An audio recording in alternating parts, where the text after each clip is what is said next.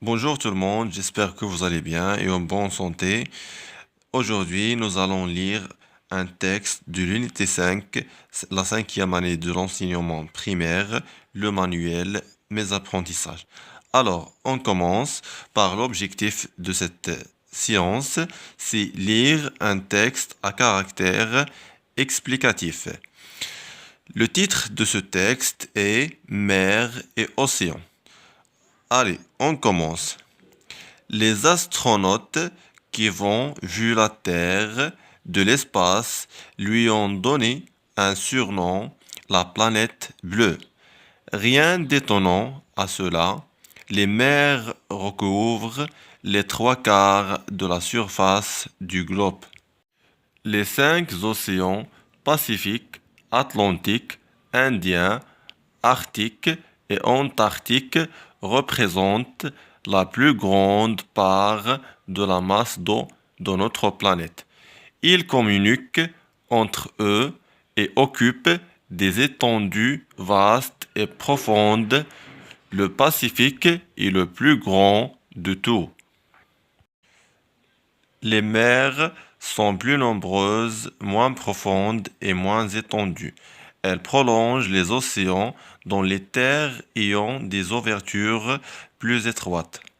Certains sont même totalement fermés et rassemblent à de grands lacs salés, comme la mer Caspienne, la mer Morte et la mer d'Aral. L'eau salée des océans et des mers n'est pas immobile. Sous l'attraction de la Lune et du Soleil, elle subit le mouvement de la marée. Le vent agite aussi la surface des flots et forme des vagues qui peuvent, en période de tempête, atteindre des hauteurs fabuleuses. Sous l'eau, des courants circulent, certains sont chauds, comme le fameux Gulf Stream, au froid, comme le courant de Labrador.